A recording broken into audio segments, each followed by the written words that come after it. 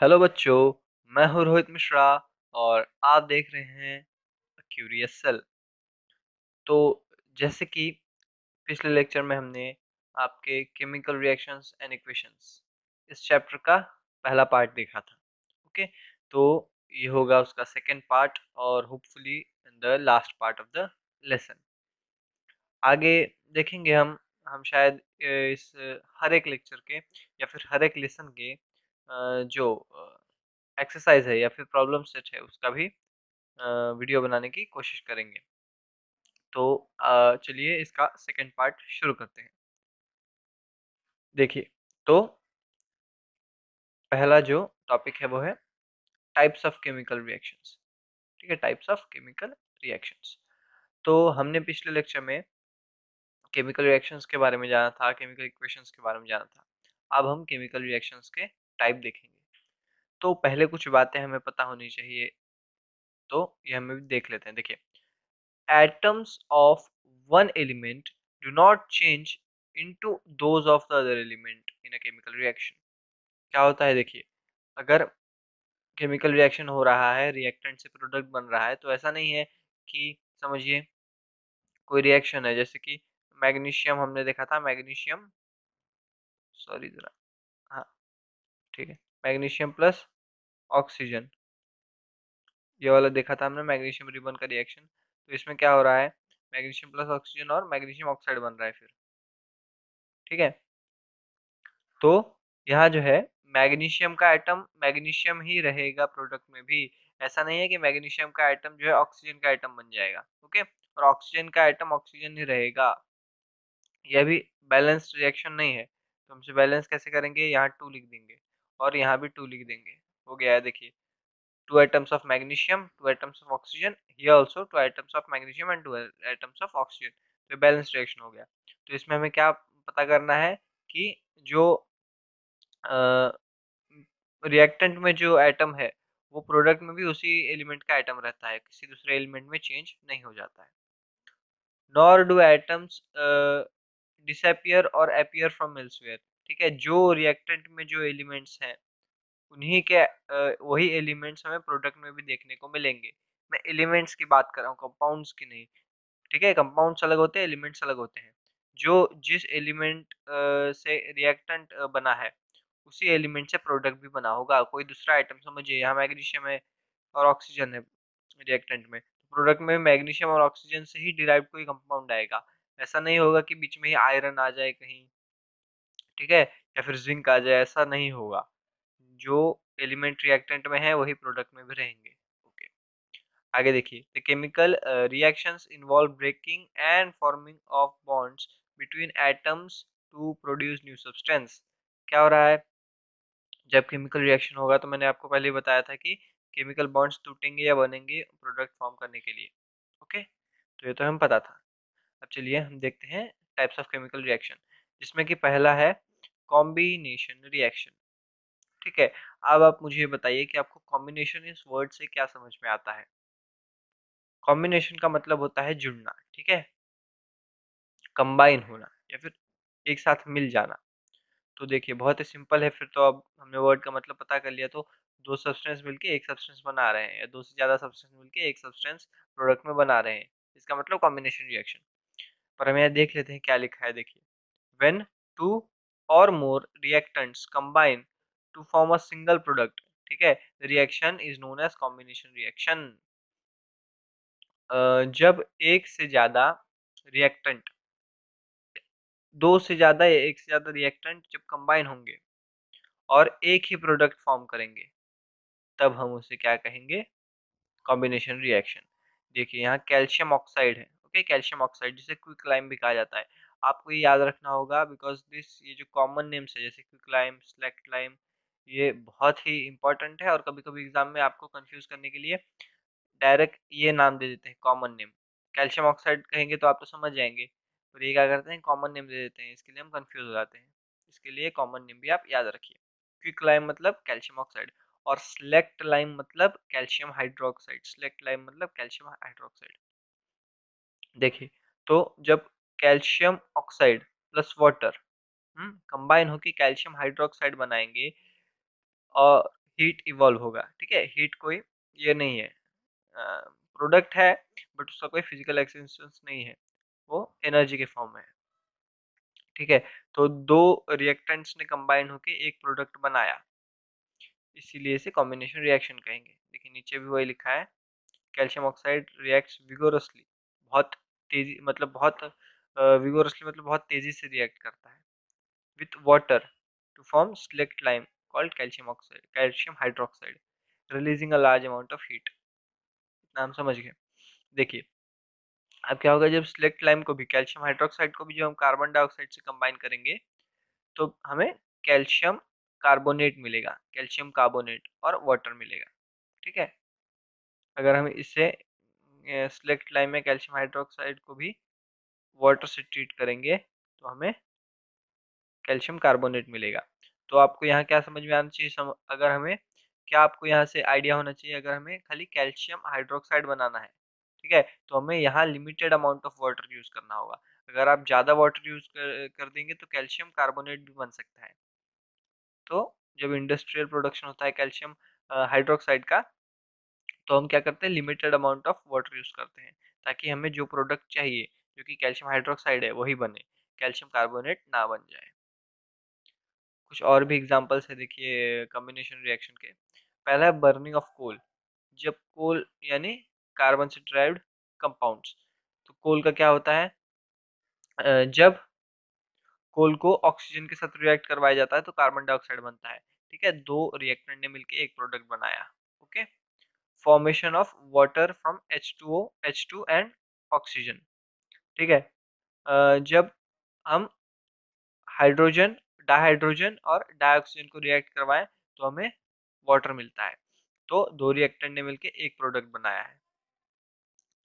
फिर जिस रिएक्शन में हीट इवॉल्व हो, ठीक है, अभी हमने देखा जैसे पीछे यहाँ हीट इवॉल्व हुई है, हम हीट बाहर निकली है प्रोडक्ट के फॉर्म में, तो उस रिएक्शन को हम क्या कहते हैं, एक्सोथर्मिक रिएक्शन। उस रिएक्शन को हम क्या कहते हैं, एक्सोथर्मिक रिएक्शन, जब हीट इवॉल्व हुई हो। और जिस रिएक्शन में हीट अब्जॉर्ब होगी, ठीक है, मतलब यहाँ हमें हीट देना पड़ेगा, यहाँ हम हीट लिखेंगे। ठीक है, यहाँ ऐसे हीट लिखा नहीं जाता है, हीट अगर हमें देना है तो हम केवल ऐसे ट्रायंगल का साइन बना देते हैं, मतलब वो हीट किया गया है, ट्रायंगल का साइन ऐसे बना देते हैं। तो जब हीट दी जाए रिएक्टेंट को रिएक्ट करने के लिए, जब हीट हम दें तब उसे एंडोथर्मिक रिएक्शन कहते हैं, मतलब वो हीट अब्जॉर्ब कर रही है, रिएक्टेंट को हीट एब्जॉर्ब करना पड़ रहा है। और जब हीट इवॉल्व होगी तो उसे एक्सोथर्मिक रिएक्शन कहते हैं। अब देखिए रेस्पिरेशन भी क्या है, एक एक्सोथर्मिक रिएक्शन है। रेस्पिरेशन को एक्सोथर्मिक रिएक्शन होना ही चाहिए, क्योंकि जब हीट इवॉल्व होगी तो उसी हीट से हम एटीपी बनाते हैं। आपने एटीपी ये वर्ड पहले भी सुना होगा। एटीपी का फुल फॉर्म क्या है, एडिनोसिन ट्राइफॉस्फेट। ठीक है, एटीपी का फुल फॉर्म क्या है, एडिनोसिन ट्राइफॉस्फेट। तो जब हमें एटीपी बनानी है, एटीपी को क्या कहते हैं, एनर्जी करेंसी ऑफ सेल। तो हमें एनर्जी वाला कोई कंपाउंड बनाना है तो हमें एनर्जी भी चाहिए। तो क्या होता है, जब ग्लूकोज, हम जो खाना खाते हैं, कार्बोहाइड्रेट खाते हैं, उसे ग्लूकोज के फॉर्म में कन्वर्ट किया जाता है पहले, और फिर ग्लूकोज को ऑक्सीडाइज करवाया जाता है ऑक्सीजन के प्रेजेंस में, जिससे हमें कार्बन डाइऑक्साइड मिलता है जो हम रेस्पिरेशन के साथ निकाल देते हैं। ठीक है, वाटर मिलता है जो इसे भी हम रेस्पिरेशन में निकाल देते हैं, और एनर्जी मिलता है, खाली ये हमारे काम का है। तो एनर्जी को क्या करते हैं हम, हीट को क्या करते हैं, या फिर एनर्जी भी कह सकते हैं, हीट भी कह सकते हैं, इससे हम क्या करते हैं, एटीपी बनाते हैं। ठीक है, माइटोकॉन्ड्रिया, जिसे power house of the cell कहा जाता है, उसमें जाके हम एटीपी बनाते हैं। किससे, इस एनर्जी जो इवॉल्व हुई है। ये एनर्जी कैसे इवॉल्व हुई है, हमने ग्लूकोज का ऑक्सीडेशन किया है ऑक्सीजन के प्रेजेंस में, और हमें एनर्जी मिली या फिर हीट इवॉल्व हुआ, उससे हमने एटीपी बनाया। तो इस एटीपी को हम बाकी सभी कामों के लिए यूज करते हैं, जहाँ जहाँ हमें एनर्जी चाहिए हमारी बॉडी को, वहाँ वहाँ एटीपी को यूज किया जाता है। तो यहाँ तक आप समझ गए कॉम्बिनेशन रिएक्शन। अब नेक्स्ट है डीकम्पोजिशन रिएक्शन। डीकम्पोजिशन का अर्थ, आपने डीकम्पोज तो ये वर्ड बहुत बार सुना होगा। कहाँ आपने सुना होगा, जब आपने इकोलॉजी, ठीक है, इकोलॉजी वाला कोई भी चैप्टर पढ़ा होगा जहाँ हमने इकोलॉजी के बारे में स्टडी किया होगा, वहाँ आपने डिकम्पोजिशन के बारे में पढ़ा होगा। क्या करते हैं, कुछ माइक्रो ऑर्गेनिजम्स होते हैं, वो किसी भी डिके, किसी भी डेड मैटर को क्या करते हैं, डिकम्पोज कर देते हैं, मतलब समझिए, ये कोई लीफ है, सॉरी लीफ तो ऐसी दिखती नहीं है, वेट अ बिट, इसे हम इरेज करके अच्छा वाला लीफ बनाते हैं जरा।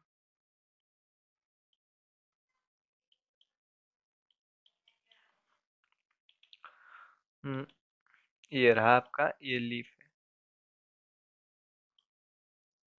Okay, let's say this is a leaf, एक पीपल का लीफ है। अब क्या होता है जब ये झाड़ से किसी पेड़ से गिर पड़ी है और अब इसे माइक्रो ऑर्गेनिजम्स क्या करते हैं, डिकम्पोज करते हैं। इसे छोटे छोटे फ्रेगमेंट्स में धीरे धीरे धीरे धीरे माइक्रो ऑर्गेनिज्म तोड़ देते हैं और क्या करते हैं, सॉइल में मिला देते हैं। ठीक है, तो सॉइल क्या हो जाता है, न्यूट्रिएंट रिच हो जाता है। सॉइल क्या हो जाता है, न्यूट्रिएंट रिच हो जाता है, न्यूट्रिएंट की तादाद उसमें सॉइल में बढ़ जाती है, तो इसे डिकम्पोज कहा जाता है। मतलब डिकम्पोज का मतलब क्या हुआ, किसी भी सब्सटेंस को उसके कॉन्स्टिट्यूएंट पार्टिकल में तोड़ देना, मतलब उसे छोटे छोटे पार्टिकल्स में तोड़ देना। ठीक है, उसे तोड़ देना हम कहें डिकम्पोज का एक सिंपल मतलब, सामान्य भाषा में क्या होगा, डिकम्पोज का मतलब उसे तोड़ देना। हम्म? तो वही है इस रिएक्शन का भी मतलब, when one reactant decomposes to give two और मोर प्रोडक्ट। ठीक है, जब एक रिएक्टेंट डिकम्पोज होके एक से ज्यादा दो से ज्यादा प्रोडक्ट दे हमें, तो हम उसे क्या कहते हैं, डिकम्पोजिशन रिएक्शन। देखिए, when decomposition reaction is carried out by heating it is called thermal decomposition. जब हम हीट दें, ठीक है, देखिए यहाँ हीट हम दे रहे हैं, तो ये एंडोथर्मिक रिएक्शन हुई। पहली बात तो एंडोथर्मिक रिएक्शन हुई क्योंकि हम इसे हीट दे रहे हैं, रिएक्टेंट जो है हीट अब्सॉर्ब कर रहा है, इसके लिए हम इसे एंडोथर्मिक रिएक्शन कहेंगे। हम्म? और जब कोई डिकम्पोजिशन रिएक्शन में हम हीट दें तो उसे हम थर्मल डिकम्पोजिशन कहेंगे। क्या कहेंगे, थर्मल डिकम्पोजिशन, मतलब हमने हीट दे के उस रिएक्टेंट को तोड़ दिया है। जैसे कि यहाँ देखिए, फेरस सल्फेट या फिर आयरन सल्फेट को हमने क्या किया है, हीट दिया है और उसे आयरन ऑक्साइड या फिर फेरिक ऑक्साइड में कन्वर्ट कर दिया है, और सल्फर डाइऑक्साइड और सल्फर ट्राइऑक्साइड में कन्वर्ट कर दिया है। सल्फर डाइऑक्साइड और सल्फर ट्राइऑक्साइड देखिए गैसेस फॉर्म में है, जी जी लिखा है यहाँ, और ये सॉलिड फॉर्म में हमें मिल जाएगा। ठीक है, तो इसे डिकम्पोजिशन रिएक्शन हम कह रहे हैं, जिसमें फेरस सल्फेट को हीट देके हमने ferric oxide, sulphur dioxide and sulphur trioxide में कन्वर्ट कर दिया है। हम्म? बहुत ही सिंपल रिएक्शन, बहुत ही इजी। देखिए, अब यहाँ आपको क्या देखने को मिल रहा है, मैंने इसे ग्रीन कलर में क्यों लिखा है, क्योंकि जो फेरस सल्फेट होता है, इसका जो क्रिस्टल होता है वो, इसे इसमें वाटर होते हैं, कितने वाटर के मॉलिक्यूल होते हैं, 7 वाटर मॉलिक्यूल्स होते हैं। ठीक है, 7 वाटर मॉलिक्यूल्स होते हैं। तो ये कौन से कलर का होता है, लाइट ग्रीन कलर का होता है, लाइट ग्रीन। ओके, लाइट, वैसे मुझे लिखने की जरूरत नहीं है क्योंकि मैंने उसी कलर में कलर भी कर दिया है, बट लिख देता हूँ, लाइट ग्रीन कलर का होता है। ठीक है, लाइट ग्रीन, अब मेरी हैंड राइटिंग जरा आप समझ लीजिएगा, ये लाइट ग्रीन कलर का होता है, या फिर आप इधर कलर भी देख सकते हैं, ये लाइट ग्रीन कलर का होता है फेरस सल्फेट का crystal. Loses water when heated and color of the crystal changes, it then decomposes to ferric oxide। ये फेरिक ऑक्साइड रेड कलर का होता है, डार्क रेडिश कलर का होता है, कभी कभी ब्लैक कलर का भी होता है, तो फेरिक ऑक्साइड में कन्वर्ट हो जाता है और sulphur dioxide and sulphur trioxide में कन्वर्ट हो जाता है। खाली फेरिक ऑक्साइड जो है वो सॉलिड होता है, फेरिक ऑक्साइड, बाकी ये दोनों जो है वो गैसेस होते हैं। कौन, sulphur dioxide and sulphur trioxide are gases. Okay, इतना आपने समझ लिया।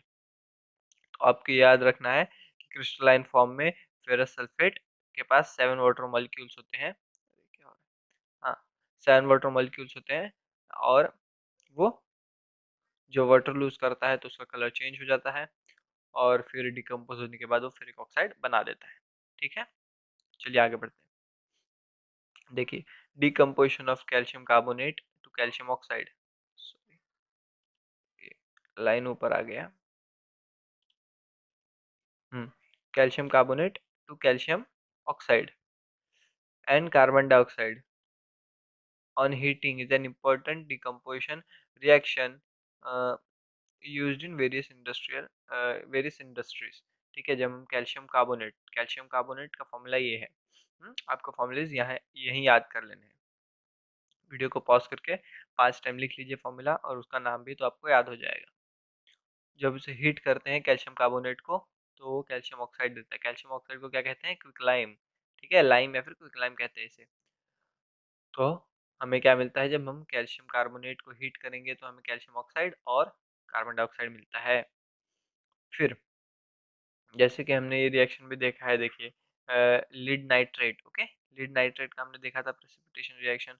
अब हम यहाँ इसका डिकम्पोजिशन रिएक्शन देख रहे हैं। तो जब लीड नाइट्रेट, ठीक है, आपको यही फॉर्मूला याद करना है, उसे हीट किया जाता है। और तो फिर वो क्या देता है? Lead oxide, NO2 nitrogen dioxide, और फिर ऑक्सीजन देता है। ठीक है, तो जब लीड नाइट्रेट को हीट किया जाता है तो वो क्या देता है? Lead oxide, nitrogen dioxide and oxygen. Okay, खाली ये सॉलिड फॉर्म में होता है लीड ऑक्साइड, बाकी ये दोनों गैसियस फॉर्म में होते हैं। तो हमने यहाँ डिकम्पोजिशन रिएक्शन को देखा। अब मुझे आप ये बताइए कि थर्मल डिकम्पोजिशन है कि नहीं? चलिए बताइए। हो गया? सोच लिया आपने? हाँ, थर्मल डिकम्पोजिशन ही है। आपका आंसर बिल्कुल सही है, क्योंकि यहाँ हम हीट दे रहे हैं रिएक्टेंट को। अगर यहाँ हीट होता इस साइड में तो हम इसे क्या कहते हैं?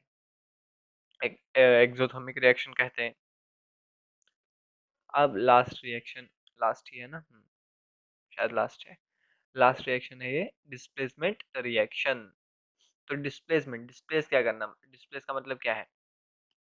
आप कोई सब्सटेंस, समझिए एक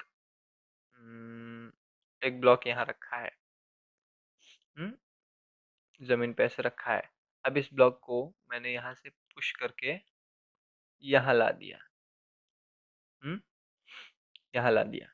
ठीक है, ये एक्स पोजीशन है, ये वाई पोजीशन है। मैंने एक्स से उठा के यहाँ वाई पे रख दिया, तो मैंने क्या किया? इसको डिस्प्लेस किया। ठीक है, इसकी पोजीशन को चेंज कर दिया मैंने, इसकी पोजीशन को मैंने चेंज कर दिया, उसे डिस्प्लेस करना कहते हैं। तो वैसे ही अगर किसी किसी कंपाउंड में कोई जो फंक्शनल ग्रुप है, या फिर कोई उसका जो किसी भी कंपाउंड में उसका जो बॉन्डिंग एटम है, उसका पोजीशन हम अगर चेंज कर दें तो हम उसे डिस्प्लेसमेंट रिएक्शन कहते हैं। देखिए क्या इधर लिखा है, इधर टेक्निकल वर्ड्स में लिखा है, the chemical reaction in which more reactive metal displaces less reactive element from its compound. बहुत ही, मैंने वही आपको समझाया अभी। अगर कोई भी एलिमेंट है, या फिर कोई भी कम एलिमेंट है और उसका अगर एक कंपाउंड है, जैसे कि यहाँ कॉपर सल्फेट है। ओके, कॉपर सल्फेट है, तो यहाँ क्या होगा? यहाँ जो ये सल्फेट ग्रुप है, इसको सल्फेट ग्रुप कहा जाता है। ओके, सल्फेट ग्रुप को हम कैसे लिखते हैं? SO, wait wait,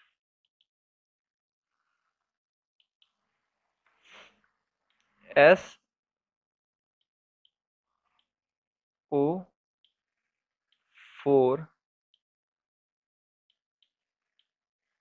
-2। ठीक है, SO4 - 2, ये हो गया सल्फेट ग्रुप। ओके, इसे सल्फेट ग्रुप कहा जाता है। अब क्या करता है? जो मोर रिएक्टिव मेटल होता है, जो मोर रिएक्टिव मेटल होता है वो लेस रिएक्टिव एलिमेंट को, या फिर जो मोर रिएक्टिव एलिमेंट है, यहाँ मेटल नहीं लिखना चाहिए, एलिमेंट कोई भी हो सकता है। तो जो मोर रिएक्टिव एलिमेंट है वो एक लेस रिएक्टिव एलिमेंट को उसके कंपाउंड से डिस्प्लेस कर लेता है, तो हम उसे डिस्प्लेसमेंट रिएक्शन कहते हैं। मतलब आप समझिए, जैसे कि आपका एक डेली लाइफ का एग्जांपल है। आप क्या करेंगे? अगर कोई आपके क्लास में बहुत ही हट्टा कट्टा लड़का है, कोई बहुत ही अ, ताकतवर लड़का है, या फिर और कोई बहुत ही वीक है। ओके, कोई बहुत ही वीक है और इसके पास बहुत ही अच्छा, समझिए कोई वॉच है, इसके पास बहुत ही अच्छा कोई वॉच है, वीक लड़के के पास हाथ में इसने पहना है वॉच। तो ये ताकतवर लड़का क्या करेगा? ये अगर बहुत ही बदमाश लड़का हो तो ये इसका वॉच छीन लेगा। ठीक है, इसका वॉच छीन लेगा इससे, या फिर ले लेगा, जबरदस्ती ले लेगा। तो उसी प्रकार जो एलिमेंट बहुत ही रिएक्टिव है, अभी हमें कैसे पता चलेगा कौन सा एलिमेंट बहुत रिएक्टिव है? तो इसके लिए एक इलेक्ट्रोकेमिकल सीरीज होती है जो आपको आगे पढ़नी है, अभी उस पर ज़्यादा आपको टेंशन नहीं लेना है। तो जो ज़्यादा रिएक्टिव मेटल है वो लेस रिएक्टिव मेटल को उसके कंपाउंड से डिस्प्लेस कर देगा, उसके कंपाउंड से हटा देगा। हुँ? तो आप इस रिएक्शन को देख के भी आप समझ सकते हैं। देखिए, ये यहाँ आयरन है। हुँ? इसके इसके ये खाली अपने एलिमेंटल स्टेट में है। हम इसके साथ कोई दूसरा ग्रुप जुड़ा हुआ नहीं है। और यहाँ कॉपर सल्फेट है, कॉपर के साथ सल्फेट ग्रुप जुड़ा हुआ है। ओके, कॉपर के साथ सल्फेट ग्रुप जुड़ा हुआ है। तो कॉपर सल्फेट, देखिए प्रोडक्ट में क्या बन गया, खाली कॉपर रह गया और आयरन सल्फेट बन गया। हम्म आयरन सल्फेट बन गया, मतलब आयरन ने क्या किया, कॉपर का सल्फेट ग्रुप अपने पास ले लिया। ओके, कॉपर का सल्फेट ग्रुप अपने पास ले लिया, इसके लिए कॉपर सल्फेट बन गया और आयरन सॉरी आयरन सल्फेट बन गया और कॉपर अपने एलिमेंटल फॉर्म में चला गया। तो ये देखिए क्या लिखा है यहाँ, when iron nail is dipped in the solution of copper sulfate, the blue color of the solution disappears and iron nail color changes to brownish. Copper sulphate का जो कलर होता है वो क्या होता है, ब्लू। ओके, ये ब्लू कलर का होता है कॉपर सल्फेट।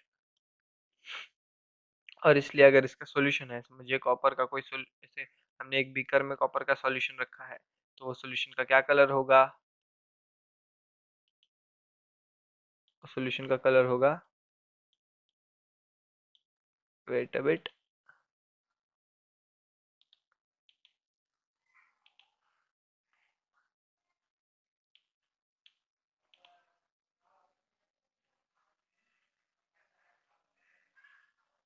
हम्म इसका सॉल्यूशन का क्या कलर होगा,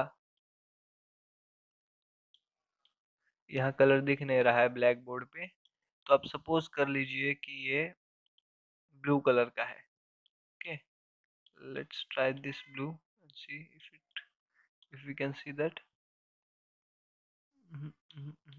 नहीं दिख रहा है इसमें। ओके, नहीं दिख रहा है, तो आप सपोज कर लीजिए कि ये जो बीकर है इसमें जो सॉल्यूशन है वो कौन से कलर का है, ब्लू कलर का है। ओके, ये ब्लू कलर का है। हम्म और ये आयरन नेल है अपने पास,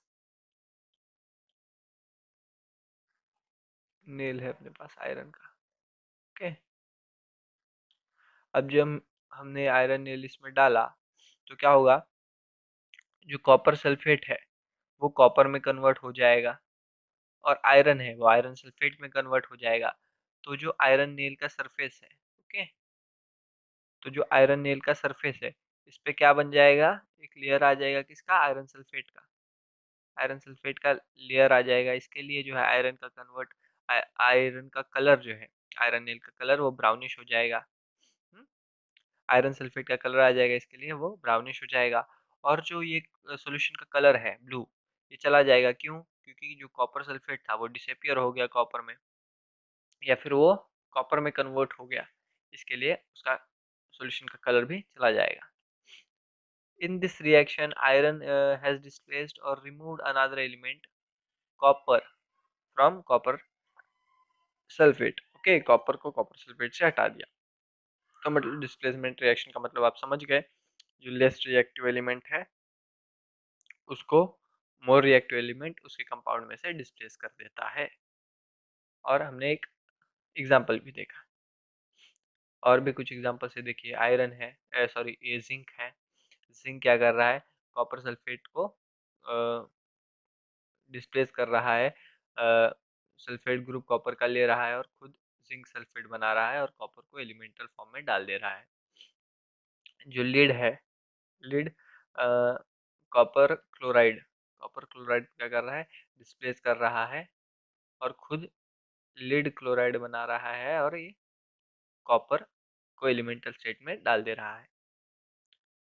ठीक है, तो अब हम आगे देखते हैं डबल डिस्प्लेसमेंट रिएक्शन। आपको डिस्प्लेसमेंट रिएक्शन आप समझ में आ गया अच्छी तरह से, हमने उसके 3 एग्जांपल्स भी देख लिए हैं। तो अब हम देखेंगे double displacement reaction. Double displacement में क्या होगा, देखिए वो एक्सचेंज कर लेंगे, क्या करेंगे, एक्सचेंज कर लेंगे अपने अपने आयंस या फिर अपने अपने कंपाउंड, जो एलिमेंट्स के कंपाउंड है उसको एक्सचेंज कर लेंगे एक दूसरे के साथ।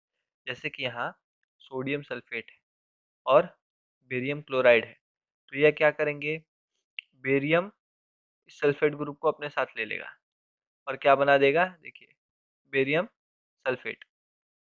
और जो सोडियम है वो बेरियम के क्लोराइड को अपने साथ ले लेगा और NaCl सोडियम क्लोराइड बना देगा। ओके, तो मतलब ये डबल डिस्प्लेसमेंट रिएक्शन में एक दूसरे के साथ एक्सचेंज कर लेते हैं वो अपने कंपाउंड्स को, कौन, दोनों एलिमेंट्स अपने कंपाउंड को एक्सचेंज कर लेते हैं। यही यहाँ भी वही लिखा है, देखिए reaction in which there is an exchange of ions between the reactants are called double displacement reaction in which there is an exchange of ions between the reactants। तो जो रिएक्टेंट है वो अपने अपने आयंस को या फिर अपने अपने कंपाउंड्स को एक दूसरे के साथ एक्सचेंज कर लेंगे। यहाँ भी वही एग्जांपल के बारे में लिखा हुआ है, देखिए when sodium sulfate is mixed with barium chloride it forms white precipitate of sodium of barium sulfate and sodium chloride। Sodium chloride मतलब क्या, हमारा table salt, okay, common salt जो है वो। और बेरियम सल्फेट क्या करेगा, वाइट प्रेसिपिटेट बना लेगा। प्रेसिपिटेट का मतलब क्या होता है, इनसोल्यूबल मास, ठीक है, वाइट प्रेसिपिटेट बना लेगा। और इसीलिए हम इसे क्या कहेंगे, एक प्रेसिपिटेशन रिएक्शन कहेंगे। ओके, प्रेसिपिटेशन रिएक्शन का मतलब क्या होता है, मैंने आपको समझाया था, जब किसी रिएक्शन में प्रेसिपिटेट का फॉर्मेशन हो तो हम उसे प्रेसिपिटेशन रिएक्शन कहते हैं। तो हमने देखा था लीड नाइट्रेट वाले रिएक्शन में येलो कलर का प्रेसिपिटेट फॉर्म हुआ था। अब यहाँ हमने क्या देखा है, कौन सा प्रेसिपिटेट फॉर्म हो रहा है, बेरियम सल्फेट का प्रेसिपिटेट फॉर्म हो रहा है, और वो कौन से कलर का है, व्हाइट कलर का। ओके, ठीक है, तो हमने डबल डिस्प्लेसमेंट रिएक्शन यहाँ देखा है। देखिए सोडियम सल्फेट बेरियम क्लोराइड के साथ रिएक्शन करेगा और फिर बेरियम सल्फेट और सोडियम क्लोराइड बन जाएगा। तो अब हम देखेंगे कि ऑक्सीडेशन क्या होता है और रिडक्शन क्या होता है। देखिए पहले हम ऑक्सीडेशन को जानते हैं। जब भी कभी ऑक्सीजन का गेन होगा, when oxygen is gained the substance is said to be oxidized, the reaction is called oxidation reaction। मतलब क्या है, जब कभी ये कोई सब्सटेंस ऑक्सीजन को गेन करेगा, मतलब वो ऑक्सीजन के साथ एक कंपाउंड बनाएगा या ऑक्सीजन के साथ जुड़ जाएगा प्रोडक्ट में, तो हम उसे ऑक्सीडेशन कहेंगे। देखिए यहाँ कॉपर है, इसके साथ ऑक्सीजन नहीं है, रिएक्टेंट साइड में ऑक्सीजन नहीं है, ऑक्सीजन इधर है, दूसरा रिएक्टेंट है ऑक्सीजन, इसके साथ जुड़ा हुआ नहीं है यहाँ। ओके, पर जब प्रोडक्ट में अब हम देखेंगे तो यहाँ देखिए ऑक्सीजन के साथ इसने कंपाउंड बना लिया है कॉपर ऑक्साइड का, मतलब जब ऑक्सीजन ऐड होगा तब हम ऑक्सीडेशन कहेंगे। या फिर हम ऑक्सीडेशन की अलग अलग डेफिनेशन दे सकते हैं, जैसे कि पहला तो बहुत सिंपल है कि ऑक्सीजन ऐड हुआ, ओके, ऑक्सीजन को ऐड किया गया। दूसरा है इलेक्ट्रॉन का लॉस, माइनस मतलब इलेक्ट्रॉन का लॉस हुआ है यहाँ। इलेक्ट्रॉन जब कंपाउंड इलेक्ट्रॉन को लॉस करेगा तब हम कहेंगे कि ऑक्सीडेशन हुआ है। फिर तीसरा है हाइड्रोजन का लॉस होगा। ओके, जब हाइड्रोजन बाहर जाएगा तब भी हम कह सकते हैं कि ऑक्सीडेशन हुआ है। या फिर जब ऑक्सीडेशन नंबर इसको मैं ON से डिनोट कर रहा हूँ, ये बढ़ेगा, ऑक्सीडेशन नंबर इंक्रीज होगा, तब भी हम कहेंगे कि ऑक्सीडेशन हुआ है। मतलब ऑक्सीडेशन को हम कैसे डिफाइन कर सकते हैं, gain of oxygen, loss of electron, loss of hydrogen atom और इंक्रीज इन ऑक्सीडेशन नंबर। अगर हमें इन तीनों में से कोई भी क्राइटेरिया दिख रहा है तो हम कह सकते हैं कि ऑक्सीडेशन हुआ है। Now second is reduction. क्या है ये भी देखिए, अपोजिट है ये पूरा ऑक्सीडेशन के, reduction. When hydrogen atom is gained, the substance is said to be reduced and the reaction is said to be reduction reaction। देखिए पूरा उल्टा कर दीजिए, ऑक्सीजन क्या होगा, यहाँ ऑक्सीजन को हम माइनस करेंगे, इलेक्ट्रॉन गेन होगा, इलेक्ट्रॉन पॉजिटिव मतलब गेन होगा, हाइड्रोजन गेन होगा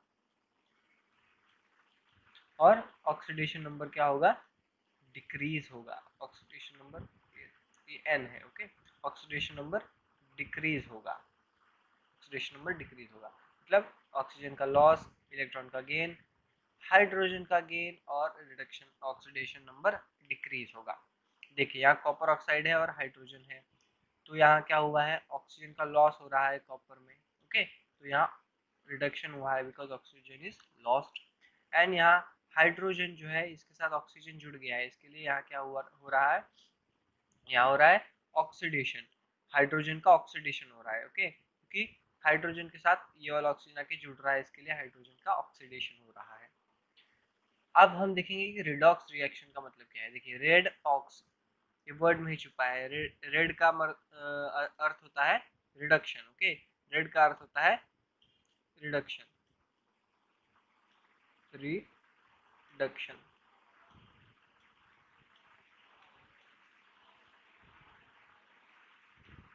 रिडक्शन। ओके, ऑक्स का मतलब होता है ऑक्सीडेशन, ऑक्सी, या फिर आप समझ लीजिए ऐसे, क्योंकि ये माउस से लिखने में ज़रा दिक्कत आ रही है। तो ऑक्स का मतलब होता है ऑक्सीडेशन। ओके, ऑक्स का मतलब होता है ऑक्सीडेशन एंड रेड का मतलब होता है रिडक्शन। ओके, समझ गए। तो when both oxidation and reduction takes place simultaneously, the reaction is said to be redox reaction। redox reaction का मतलब क्या है, जब ऑक्सीडेशन और रिडक्शन दोनों एक साथ आएंगे तो हम क्या कहेंगे इसे, हम कहेंगे ये रिडॉक्स रिएक्शन है। जरा हम ये हटा देते हैं ताकि हमें अच्छी तरह समझ में आए। ओके,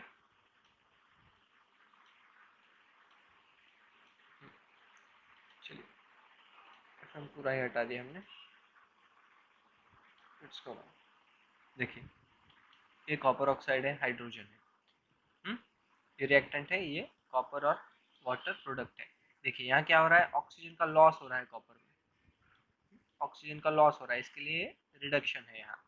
और हाइड्रोजन में जो है ऑक्सीजन का गेन हो रहा है, हाइड्रोजन ऑक्सीजन का गेन कर रहा है, इसके लिए क्या हो गया है, ये ऑक्सीडाइज हो गया है। ऑक्सीजन का गेन हुआ तो ऑक्सीडाइज हो गया, और ऑक्सीजन का लॉस हुआ तो रिड्यूस हो गया। ओके, ये पहला एग्जांपल था।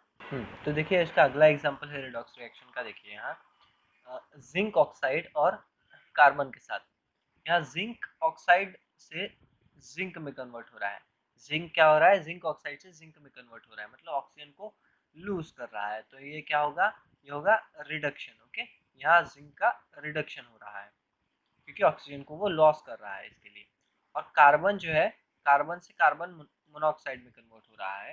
नाम याद रखिएगा, इसे कार्बन मोनोऑक्साइड कहते हैं। कार्बन कार्बन से कार्बन मोनोऑक्साइड में कन्वर्ट हो रहा है, और इसीलिए इसका यहाँ क्या हो रहा है, ऑक्सीडेशन। ठीक है, यहाँ क्या हो रहा है, ऑक्सीडेशन। मतलब हमें यहाँ रिडक्शन और ऑक्सीडेशन दोनों एक साथ देखने को मिल रहे हैं, और इसीलिए एक रिडॉक्स रिएक्शन है। ठीक है, तो अब आपका जो है लास्ट टॉपिक आ रहा है जिसका नाम है कोरोजन एंड रेंसिडिटी। ये दोनों हम बहुत ही छोटे छोटे टॉपिक्स हैं, थियोरेटिकल टॉपिक्स हैं, और हम इन्हें जल्दी जल्दी देख के ये लेसन ख़त्म करते हैं। आप देखिए करोजन, करोजन का मतलब क्या है, अगर कोई भी सब्सटेंस के ऊपर उसका जो एनवायरनमेंट है, ओके, उसका एनवायरनमेंट कोई डिटोरियस इफेक्ट डाल रहा है, मतलब उसे खराब कर रहा है उस सब्सटेंस को, उसका एनवायरनमेंट, तो हम उसे करोजन कहते हैं। देखिए यहाँ when a metal is attacked by substance around it as such as moisture, acids, etc., it is said to be corrode and the process is called corrosion। जब किसी मेटल पे या किसी भी सब्सटेंस पे उसका एटमॉस्फेयर में उसके जो सब्सटेंस है, जैसे कि मॉइस्चर, एसिड, ये क्या कर रहे हैं, उसे उस पर अटैक कर रहे हैं और उसको करोड कर रहे हैं, तो ऐसे प्रोसेस को हम क्या कहेंगे, करोजन कहेंगे। अब कुछ एग्जांपल्स क्या है इसके, आपने डे टू डे लाइफ में हर रोज देखे होंगे, हर जगह देखते होंगे आप, जैसे कि ब्लैक कोटिंग ऑफ सिल्वर।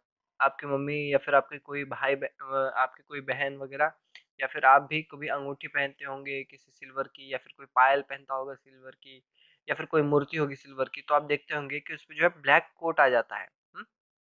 बहुत जल्दी ब्लैक कोट आ जाता है अगर हम उसे खुले इन्वायरमेंट में छोड़ दें।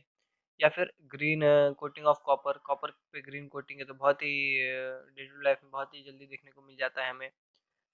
ये कुछ एग्जांपल्स है करोजन के। देखिए और भी कुछ एग्जांपल्स है, जैसे red rust of iron, black coating of silver, ये तो हमने देखा, ग्रीन कोटिंग ऑफ कॉपर। तो इन सब के फॉर्मूलाज भी आप याद रख लीजिए। देखिए जो रेड रस्ट ऑफ सिल्वर है, रेड रस्ट ऑफ आयरन है, इसे इसका क्या फॉर्मूला है, F E, wait a bit, ये आपको दिख नहीं रहा होगा, मैं इसे अच्छे से लिख देता हूँ। हाँ, अब देखिए एफ Fe2O3, ओके, Fe2O3, ये F है, ओके, F, फिर से लिखना पड़ेगा, वेट वेट,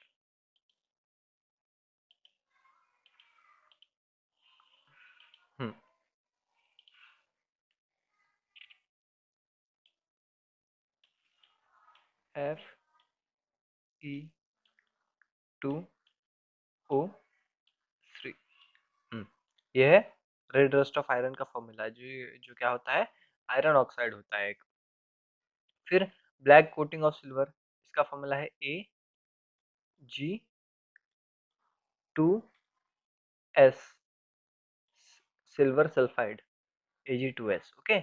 और ग्रीन कोटिंग ऑफ कॉपर, इसका फॉर्मूला जरा बड़ा है, आपको याद रखने में जरा मुश्किल हो सकती है। देखिए CuCO3 पॉइंट CuOH